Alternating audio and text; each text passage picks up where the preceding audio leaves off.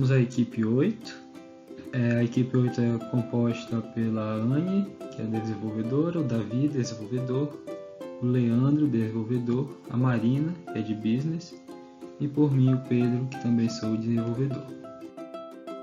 Bom, nós optamos por participar do desafio 2, que trata da análise de relação carga e temperatura para o estado de São Paulo. Então, o objetivo da nossa abordagem é calcular a temperatura equivalente horária, com base em dados de medição de temperatura correspondentes à área de concessão das 7 distribuidoras que atuam aqui no estado de São Paulo.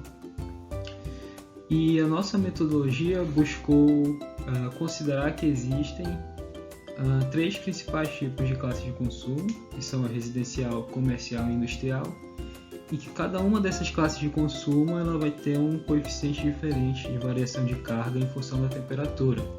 Nós chamamos esses coeficientes de tal I, tal R e tal C, além de outros 2 coeficientes para as classes rurais, para a classe rural e outras classes. Bom, o equacionamento que nós propusemos, ele é baseado no equacionamento atual, já aplicado pelo ONS, mas com adicional de considerar esse fator, esse coeficiente de variação de carga. Tá?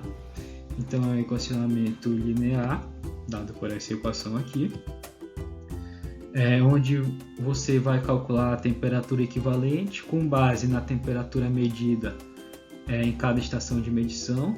Nós selecionamos 7 estações que são aquelas mais próximas do centro de carga de cada distribuidora.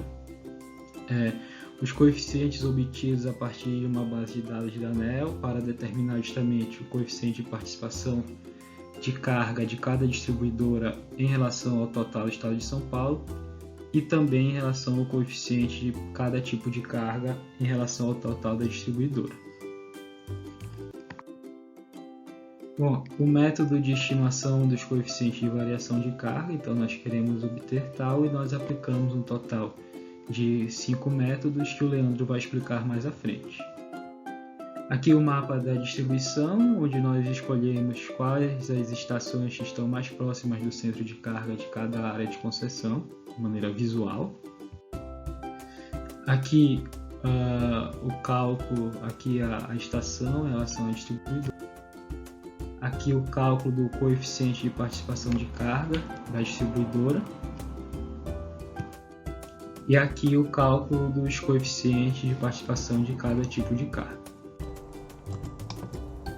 Bom, para avaliar nosso método, né, a gente precisa agora determinar o R², que seria o coeficiente de determinação. E para fazer isso a gente usou alguns algoritmos provenientes do pacote Scikit-Learn. E aí primeiro a gente começou pelo Linear Regression, que seria o mais simples, né, respeitando sempre do mais simples para o mais robusto.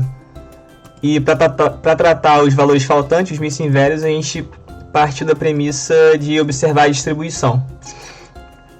Para a temperatura, a gente tinha observado que a distribuição seguia uma normal.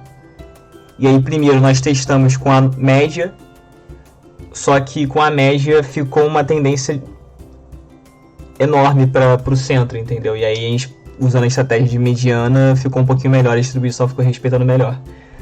E para o caso das cargas, que é o nosso y, que é a nossa variável target, a gente tinha observado que a distribuição permanecia se a gente adicionasse a moda.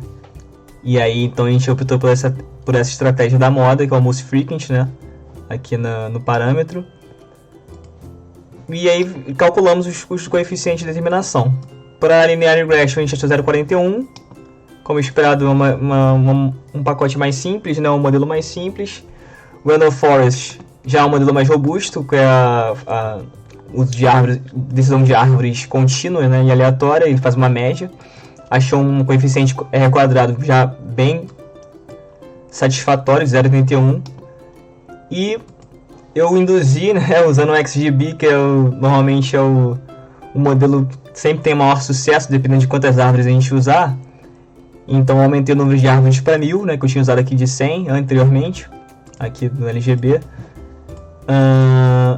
A gente conseguiu um R² ainda maior, de 0,85. Então esse foi o modelo optado para a gente poder fazer nossas previsões de carga com dados futuros.